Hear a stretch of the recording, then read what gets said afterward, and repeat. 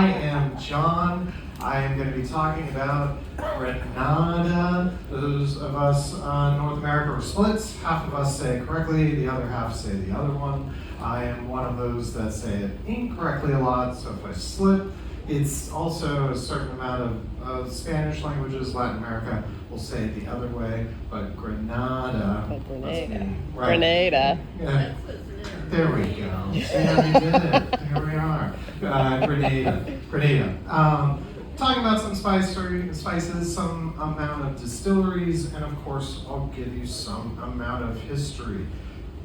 I am John Moore. I have a doctorate in history from Tulane University. I've done archival research around the world. I'm going to talk a lot about that tomorrow morning in my talk about how historians do history. I'm an instructor at Loyola University and occasionally next door at Tulane, and then I own and operate Broad Street Cider and Mead in New Orleans. I like to kind of give a little color commentary on one of these areas. It doesn't really thread into this larger talk. A lot of you have just asked me about it, so I'm going to talk for a moment about being an instructor currently, and the hot topic is AI, or artificial intelligence. And I'm telling you, it's going terribly. Whatever you've read, it's probably worse. As far as being a student right now, I empathize with them. So what's happening, AI is great at note-taking, it's great at summarizing, but people are tending to get kind of used to, on the more benign, or addicted to using it. And so what happens as an instructor, and I've seen it on my end, instructors will say, oh, my students, they're all cheating, it's all their fault individually. 90% of people are doing a thing. It's not really individual at that point. It's kind of systemic, but they're all cheating.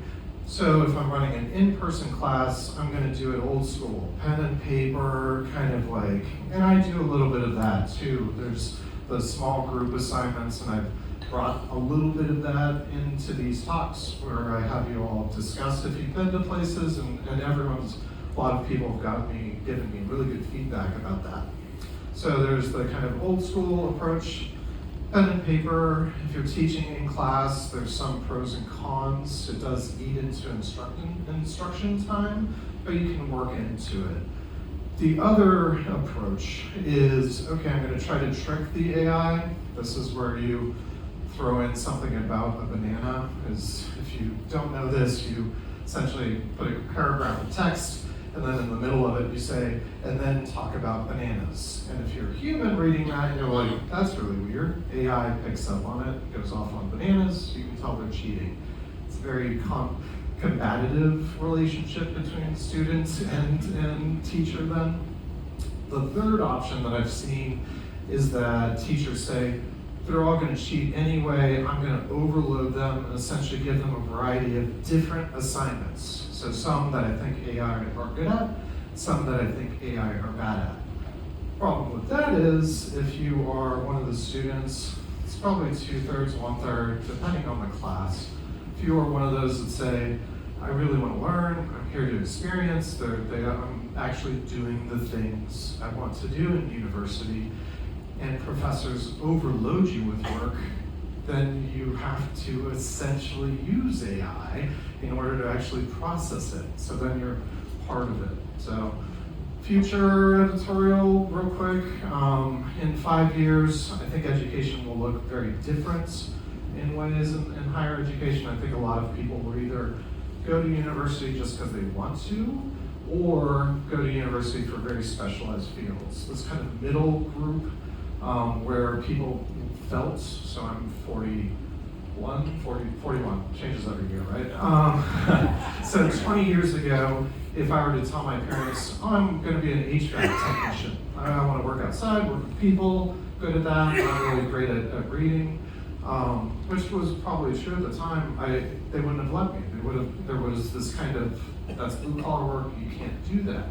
We've already been, if you talk to an 18, 19-year-old today, it's socially acceptable to say, I want to be an HVAC technician. If anyone says, I want to be a plumber, most of you will probably be like, can I get your number? I know it'll be in like 3 or 4 years, but can I get it now, right?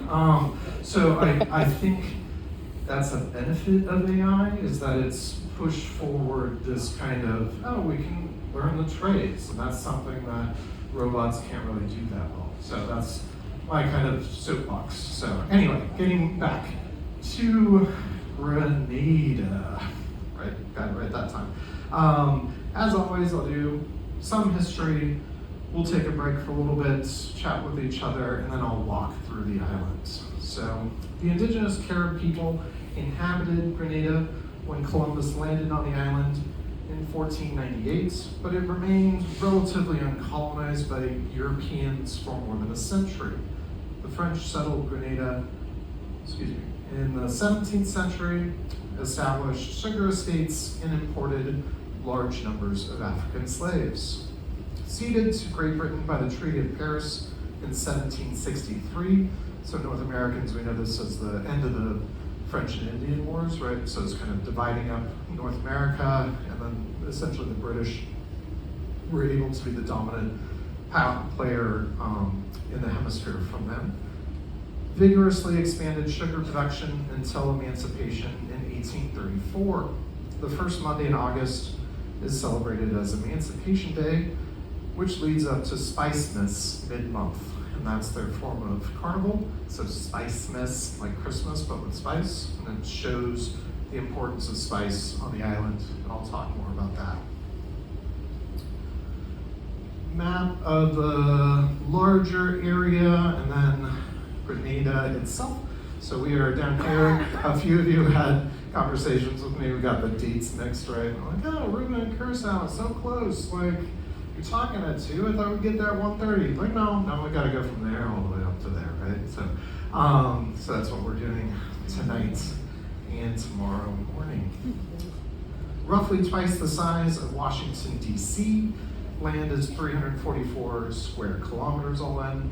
Climate, tropical, so going to a very different climate than what we've had, which is really great about this cruise. We kind of get a taste of a very desert island to more tropical feel.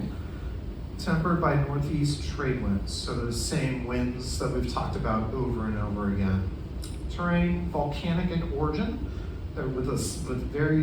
with central mountains in the middle here, and then population is going to be mostly on the coast. So you have central mountains and then population centers along the coast. Generally speaking, along this western coast, because these winds are moving this way. There's a couple of smaller towns on the east though. Highest point is Mount St. Catherine at 840 meters. Kickham Jenny, which is a great name.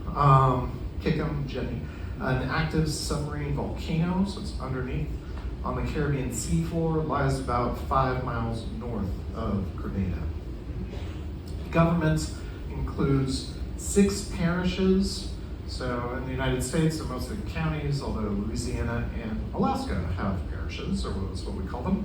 6 parishes and 1 dependency, which is the island clusters up here. They essentially are the other, so the 6 are on the main island, the 7th is all of these together. 7 stars, if you will. If you've taken one of these before, you'll know there's kind of a fun thing at the end we talk about, but there's 7 stars, and that's all the kind of government institutions. They are part of the British Commonwealth, and I'll get into that in a little bit. So as a Governor General, that's a very fun wrinkle there. As a representative of the monarch, bicameral parliamentary system based on English common law. So they have an upper and a lower house, similar to Senate and House of Representatives. Population, about 1/3 of the island. Population, about 40,000 of that is found in the capital of St. George's. The other population is concentrated along the coast, like I was saying, around 115,000 people total. African descent, around 83%. Again, the history of the slave trade there. Mixed, 14%. East Indian, 2%. And other, 2%. I wanted to skip forward and talk about the rescue of the Bianca C in 1961. This is a relatively interesting story in a number of threads. So the Bianca Sea was 600 feet long. Insignia, conveniently, is 594 feet long. So pretty much the same exact shit. I think we're taller, of course, but as far as length goes, same exact. So right at the start of the harbor, they must have been tendering is how I understand it, but I couldn't figure that out. And there was a fire that broke out because of an engine room explosion, which killed 1 and injured 8 crew members. There's 700 passengers and crew, which were rescued in the middle of the night by fishermen and boat owners who woke up from the noise of the explosion. So in the 50s and 60s, there were a number of kind of cruise ship disasters. We've gotten much safer now. There's enough tenders, there's enough kind of safety. At this point, you essentially had to have these citizens of St. George's come out and help bring passengers out. So it was a very community effort. No one died, and it was the 1 crew member died, but no one died otherwise. It was a very huge fire. So HMS Londonderry, so a British naval ship, had to steam in from San Juan to help 2 days later. They arrived in time to barely attach a tow line, so they towed it out of the harbor, luckily, because if it sunk right at the start of the harbor, it essentially shuts down the harbor and would have been catastrophic and very expensive. Able to tow it, but tow line, it was literally on fire, as you can see. It sunk 2 kilometers off the coast. It's now not wildly difficult, but a possible scuba spot. This rescue is memorialized in a few different ways. So there's a relatively known statue along the port, and then I'll have a little bit of examples. There's an underwater sculpture park off the coast that has kind of really great threads that I'm going to pull. It was gifted in thanks to the island people by the Costa Cruise Ship Company to help give into the crew and passengers of that Bianca Sea. So the original statue over here, and then the replica in the underwater sculpture garden. Moving forward in time, I wanted to talk about the US invasion of Grenada. So starting with Maurice Bishop here, so 1944 to 1983. So 83 is when he died, and that's important in the narrative arc. So he was born actually on Aruba in 1944. His father from Grenada moved the family there so he can earn better wages working for what industry? Does anyone want to guess? Aruba, what was a big industry in the 1940s I talked about? Oil, right. So, and again, it makes sense. So Anglophone, Caribbean, all of this. So I was like, when I saw this, I said, it even lines up and get to talk about this. So so he was born in Aruba, and then his father, when he was about 6, moved back to Grenada in 1950 and opened up a small retail shop in St. George's. Growing up, Bishop was interested in socioeconomic development, education, and Black liberation. Nowadays, we would call him kind of left of center, not necessarily far left, but politically speaking. He was very charismatic and a great orator. So educated in England with a law degree, he moved back, first becoming an organizer, kind of getting arrested, not arrested, etc., and eventually got into politics. When the island gained internal affairs in 1967, which is kind of this baby step to independence, and full independence in 1974, this is when Bishop was politically active.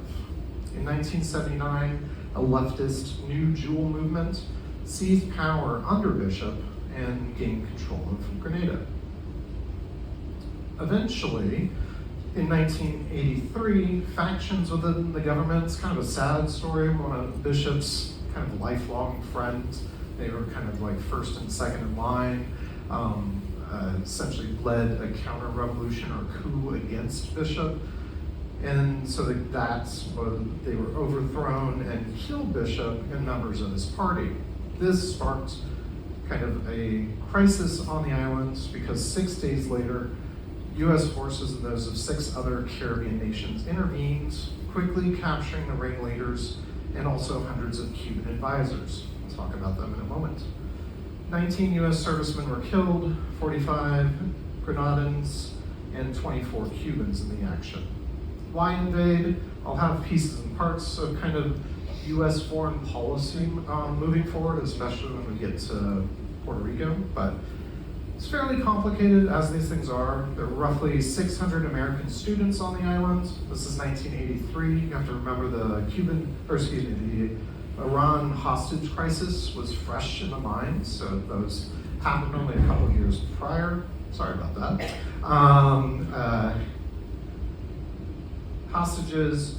There was a new airport that was built. So on the southern tip of the island is where the international airport still is. There was an airport over here, but the runway essentially was the ocean on one way and mountains on the other, so modern jets couldn't get there. So the argument was, we're going to build an airport to bring in more tourists, and it could also double as a military airport. There weren't plans for it, but the United States was concerned because of this kind of what was seen as a leftist group, although again, we wouldn't see them as very radical today, could host Soviet planes. Cubans were involved in development, so it gets a little murky.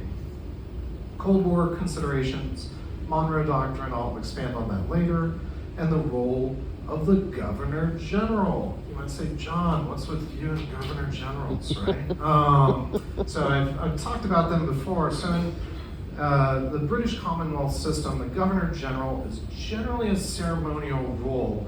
However, in points of crisis, actually can sway direction of world affairs. So briefly, Sir Paul Scoon here, OBE, number of orders, so 1944 to 1935 to 2013. He's born on Grenada, degrees in the United Kingdom and Canada. He had a background in education. So he and Bishop, politically speaking, he is the old traditional kind of environment, but he has a background in education. So although Bishop is on this left of center, also has an interest in development, education. So although ideologically opposites, they actually worked well together. So when Bishop took power, the New Jewel movement initially arrested Scoon, in fact, but then soon released him with an apology. This is what happens when revolutions go on. Occasionally someone accidentally gets arrested, and then everyone else goes like, what did you do? Don't do that. So it's essentially what's going on here. They had a very semi-normal working relationship and even played tennis together. Bishop wanted to keep this Governor General to establish legitimacy. So it was a view of saying, look, we are, again, left of center, but we're not wildly revolutionary. We want to adapt the system, not break the system altogether. And so these two work together. So back when Bishop was executed in 1983, Scoon was set under house arrest. Now is when it kind of gets a little split. So he verbally asked, so essentially I believe it was representative from Barbados, could have been Jamaica, the stories get a little murky, went in, checked on him, the revolutionary, the people who overthrew said, oh, we're treating him well, we didn't kill him too, we just killed Bishop and some other people. Scoon here may have given a wink or a verbal request to have powers come in and restore democracy. And essentially, this allowed the United States to say that they had justification for the invasion. So this was this very controversial wrinkle because this is under the reserve or discretionary powers vested in the crown. So even Margaret Thatcher didn't know this was going on, but again, he was under house arrest, couldn't send letters out. It was very difficult to communicate, and so this is likely what happened. Letters, he finally kind of post-dated a letter after the invasion asking for help. He later renounced this, renounced the renunciation. It gets very confused. But in either case, during the invasion, SEALs actually helped rescue Scoon, his family, and advisors. If we run back here, so these are different ways. So when you're taking over, if if you ever happen to take over an island country. First thing you do, airports, so this is number one. Number two, kind of political leaders and leadership. This government house is where the Governor General and his advisors, so Navy SEALs, actually that was one of their main, was kind of point, number 2, point A, B, or C, was to secure him. They were able to take over the house. They held it for 24 hours before more help came. Back to Schoon though. So in either case, Invasion Day of October 5th, 25th is now a national holiday in Grenada, which is known as Thanksgiving Day. And also in 2009, that main airport, which was the cause of such kind of controversy, was actually named after Maurice Bishop, and still is, and that was the airport that he helped build in the 1980s. So, let's chat. I went through a lot and kind of focused a lot on the US invasion, but I thought that would play well to this audience. What do you know about, go look to your left, look to your right, look behind you, look in front of you, for about 90 seconds or so. What do you know about Grenada, excuse me? Have you been here before? Going on excursion, which one? And then of course, any questions, I kind of got through a lot more history and a little more detail this time around, but 90 seconds or so, we'll come back together. Up top, what do you know about the islands? Yes, please. Everybody knows that. Yeah, so the other part, the comment was there's a medical school that a lot of students go to the US. There's additionally a veterinary college, so that's a big, and some of it is, it's slightly easier to get into, and then also, do you want to go there, or do you want to be in like Illinois? Not to, like, it is a kind of tropical environment, it's very fun. And those medical students, again, had a big, kind of a role. There's a fear, they weren't held hostage, but that was one of those fears in 1983 as far as why the US got involved, was that large population. Great. Anyone else? Yes, please. Then I'll come to you. Oh, right in the back and then up front, sorry. Thank you for reminding me. So the comment was they drive on the left side of the road. So driving there is relatively, so the first two islands we went to, you got a little, oh, this is great, first time in the Caribbean, maybe it's super easy to get around. These other islands were very, so Grenada and St. Lucia. So it's, imagine one giant mountain, it's not exactly that, but with ridges, and then trying to have roads around there. You're like, oh, as the bird flies, it's 2 miles, how bad could that be? 45 minutes later. So it's very slow driving. That's fun. Okay, I think in your introduction you mentioned there's 14% East Indian population. Yes, please. What was the reason for such a bigger population? Yeah, thank you for, so the first, the comment was 14% East Indian population. So during the 1800s, and doing these, the comedian last night had a nice thing where he kept looking at his watch, and as you could see when we first walked in, there was a thing happening beforehand, and I think it's bingo right after me, so I'm like 42 minutes, so I can't go over everything. But after emancipation, so after slavery in 1834, there were labor issues in the British Caribbean specifically, and so they essentially brought in enticed, tricked, or forced, right, different laborers from South Asia. So that is still a large population in the Caribbean today. So thank you very much. Yeah, please. How long did the Marines stay in Grenada? Good question. So the question was, how long did the Marines stay in Grenada? So, Grenada, excuse me. So Paul Schoon, one of these kind of why he went back and forth as far as, I said to invite them in. I didn't really say that.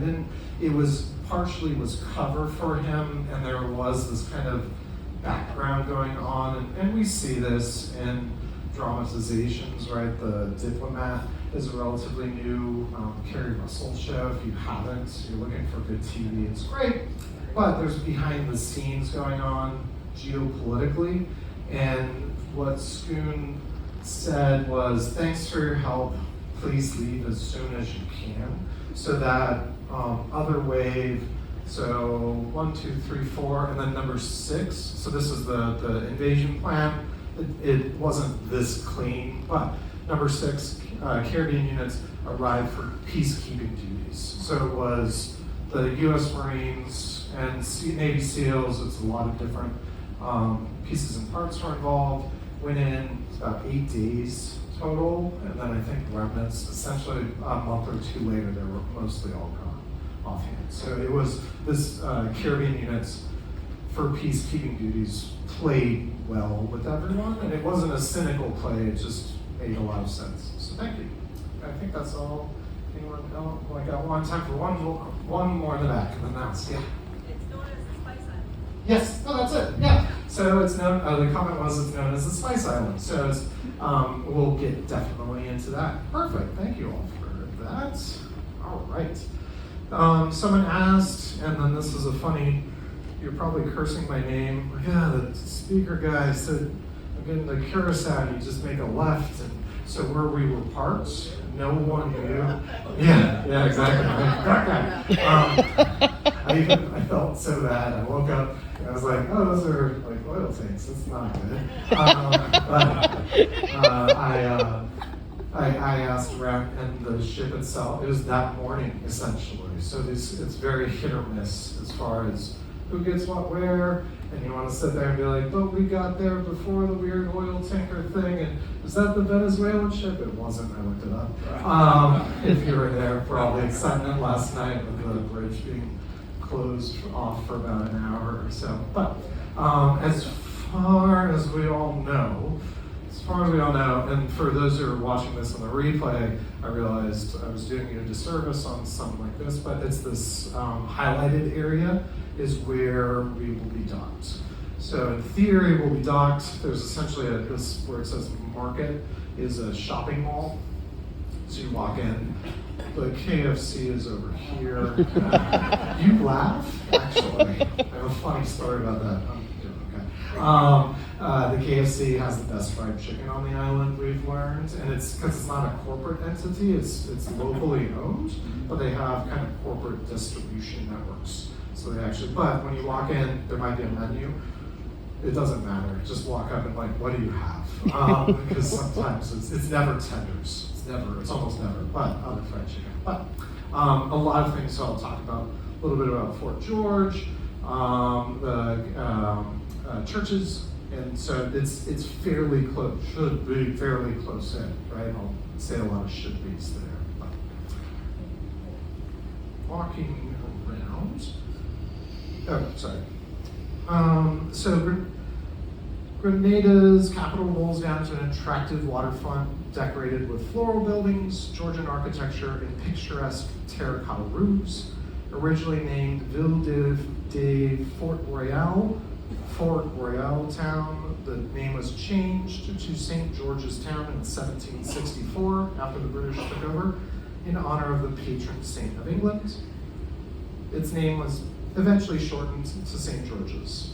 So the inner harbor, or the Quirinage, is named after the French word for safe anchorage, right? So it's very important, so that potential shipwreck in 1961 could have happened right about, I think it's right about here, to be honest. So it would have been disastrous as far as it as a port, but safe anchorage in the harbor, and that's where some of these sites are going to be before I get out of town.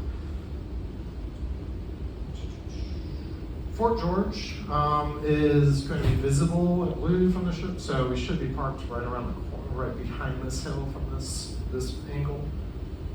Built in 1705 by the French, many of the buildings are now used by the police. It's about a 10-minute walk if you're a medium walker like I am. Much of the fort is still intact and open to visitors. It's a great example, however, of what we call in New Orleans elegant dilapidation. So the buildings are very dilapidated, but it looks nice in a kind of rundown way. So a combination of hurricane damage and neglect, and there's little or no information within the fort itself. So there's not really dioramas around. There's good view from the battlements, And this is one of the sites, actually, of the 1983 U.S. invasion. This is where Marines came, or I think it was the SEALs came over here. Another good story of that, St. George's Parish Church is an Anglican church, again, about a 10-minute walk from where we're docked. Built in 1825, the roof was destroyed in 2004's Hurricane Ivan, and with restoration complete in 2018. So 2004, 2018, 14-year gap. And this pink stucco stone building is a great example of the long lead times and cost to rebuild old structures in the Caribbean, so even if they want to. The church features intricate stained glass and very interesting memorial plaques. Speaking of religion, I always like to point this out.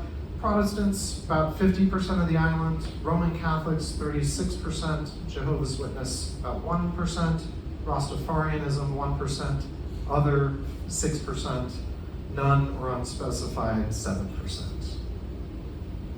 Moving out of the town, Grand Anse Beach is one of the main sites.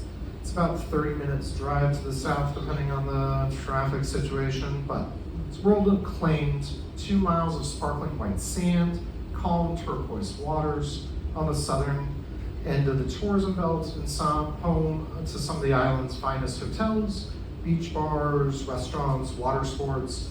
If you see anyone playing cricket, that's actually worth bonus points. Okay, I wish I had the other things to give out, right? There's a craft and spice market, which you can take home a slice of the island, or just enjoy a breathtaking sunset with a rum punch sprinkled with fragrant nutmeg to end the day.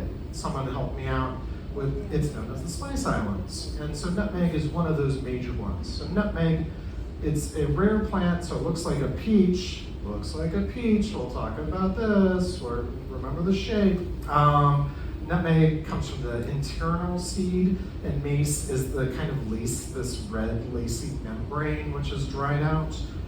So it's one of those rare plants where you get 2 things out of it. The island is still famous as the world's 2nd biggest exporter of nutmeg after Indonesia. This is the only tropical fruit that is the source of 2 different spices. And the nutmeg industry is still one of the leading economic pillars of the island. Speaking of economy, spices in the economy, in the 19th century, cacao eventually surpassed sugar as the main export crop. So sugar, cacao, and then spices. So in the 20th century, nutmeg became the leading export, so along with cinnamon, cloves, ginger, mace, which makes sense, allspice, citrus peels, and then even some wild coffee. Largely, it's mostly used for the local market on the coffee, and especially nutmeg. They're all important exports. The island itself is a small service-based economy of large tourism, construction, transportation, and education sectors, so that role of education on the island is still very important. I talked about that with the earlier Governor General. Again, still a major spice exporter, and shrinking but still high public debt, and of course, vulnerable to hurricanes. What can you do with nutmeg? A lot of us will just think kind of tiki drinks or maybe seasonal Christmas drinks. Another thing you could do is something called oil down. It's got a cool story. It's got a very unfortunate name. So, oil down is a 1-pot stew, which is a combination of coconut milk, meat, ground provisions, and spices. It's offcuts of meat initially, then oftentimes salted cod as a cheap protein. We talked about that over and over again, so I won't go there. And then breadfruit, which was brought in from South Pacific. Eventually adding turmeric from those South Asian immigrants that came in the 1800s. And so it's this nice mixture of pieces and parts of the culture and history of the island all in one. So it's not mixed, it's instead the verb to think of is packed. So you pack your bag in different ways, so it's packed in different levels. So generally how to pack the pot is about taste and tradition. So usually the breadfruit and meat goes on the bottom, so kind of proteins on the bottom, most of the vegetables in the middle, and spices and bread dumplings on top. The ingredients simmer. Oil down is then a verb. It comes from a layer of coconut, oil, and meat juices that settle to the bottom of the cooking pot. Like those aren't really, it's not a big greasy dish when it gets to you. It's still a stew. And so that is where the term oil down comes from, and it is the national dish. Speaking of other national things, well known for rum, for example, is the River and Tone Estate. I'll talk more about rum in a talk next week, but 1785 is the oldest rum distillery on the island, and fairly old in general. It's just about an hour's drive from the capital. Simply called Rivers by locals. They have traditional methods, and have the Caribbean's oldest working water wheel. It's not always working, it just matters if the river water level is. The rum making process, you can see harvesting sugarcane, depending on the season, and to fermentation, to bottling. They sell overproof rums at 69%. I don't recommend that because the legal limit to fly is 70%, so you're really kind of leaving the edge. Get kind of the more 40, 50, 60%. Don't go all the way to the 69. Grand Etang reserves, and I'll talk more about that lake in a moment. Volcanic mountains dominate the physical landscape, and I talked about it already. It's likely that the reserves were used sporadically for hunting and or gathering by earlier Arawaks and the later Caribs, and have probably used for ceremonial and spiritual purposes. The lake is a crater lake due to volcanic activity. It's one of 3 craters in the reserve. Freshwater lake is 530 meters above sea level and is approximately 36 acres in area. The lake is home to a variety of fish that range from black to a brilliant coppery gold. I always like to bring up a little bit about carnivals, and I've referenced Spiceness already, but here in the underwater sculpture park again is some examples. They have about 25 large-scale figurative works depicting a series of masqueraders from a local carnival. Again, Spiceness, like Christmas, but with spice. It's held annually on the second Monday and Tuesday in August. The sculptures cast from local islanders celebrate some of the best known masqueraders like the Jab Jab, Short Knee, and Vu Corps.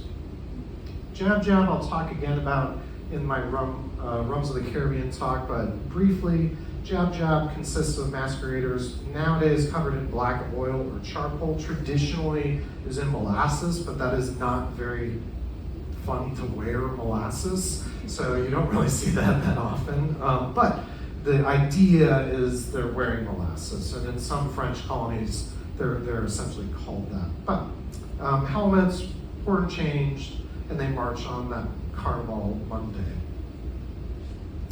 Eastern Caribbean dollar. Hello. Thank you. Successor to the West Indies dollar. If you're here for St. Lucia, same bit.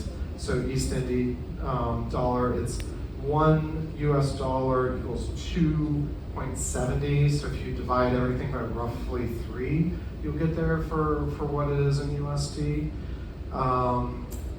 Across the Anglophone British territories, this dollar is still used. Late QE2 on the banknotes and the reverse of the coins. And of course, she was the head of state of all the states and territories using this dollar, except for Dominica, which is a republic. As always, now I only got like 1 minute, because otherwise the trap door will open. I think it's bingo, and I don't want to mess with that. But apologize for this. So 1 minute with your neighbors. 7 stars are for what? It's very early on, I know. If you get it roughly right, St. George's is one of them. Colors, yellow, look up, green, look around, fairly straightforward. And then red, that's harmony. We're gonna see a flag where red is blood later on, so it's not this time though. And then what fruit is that on the left? So take it, so, actually yeah, in the interest of time, I'll just run through, so 7 stars are for what? Administrative areas or parishes are those stars. Colors, yellow, sun, the warmth of the people, this kind of idea. Green for vegetation and agriculture. And then this fruit is nutmeg, so it's pretty cool, right? So I think it's one of the few flags where it has a vegetable on it. Usually there's guns or something, but it's one of those great things. Citations, as always, well, fact book. They're the ones, which is kind of funny, it's the CIA. They're like, this new jewel movement, guys left of center, they weren't that bad. Like, this is what the CIA says. So when you're like, oh, this professor guy is nuts. No, that's what the CIA currently describes, that revolutionary movement, and some other pieces and parts. Like to also show you my upcoming, so tomorrow morning it's going to be fun. How do historians write history? I'll talk a little bit about the examples I talked about in St. Lucia, and then also some of my earlier research with talking about primary doctrine. Won't get too bookish though. And then this one, Rome to the Caribbean.